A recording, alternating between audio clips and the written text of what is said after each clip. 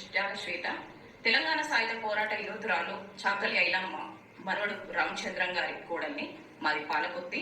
చిట్యాల రామచంద్రం గారు పాలకుర్తిలో 22 సంవత్సరాలు సర్పంచ్గా పనిచేశారు.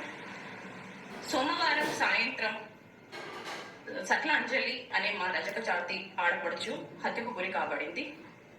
ఆమె చాలా కార్యక్రమాల్లో కళాకారిణిగా పాల్గొన్న సందర్భాలు ఉన్నవి. ఆమె ఈరోజు మా మధ్య లేకపోవడం చాలా బాధాకరము. అయితే ఈ విషయంలో చాలా మంది ప్రింట్ మీడియా, ఎలక్ట్రానిక్ మీడియా, అలాగే సోషల్ మీడియాలో ఒక దుష్ప్రచారం వస్తుంది. ఆమె చాకలి ఐలమ్మ ముని మనవరాలు అని.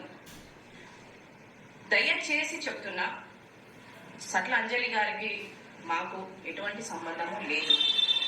ఐలమ్మ కుటుంబానికి కానీ సట్ల అంజలికి ఎటువంటి సంబంధం లేదు. ఆమె ఐలమ్మ ముని మనవరాలు కాదు. దయచేసి ప్రతి ఒక్కరు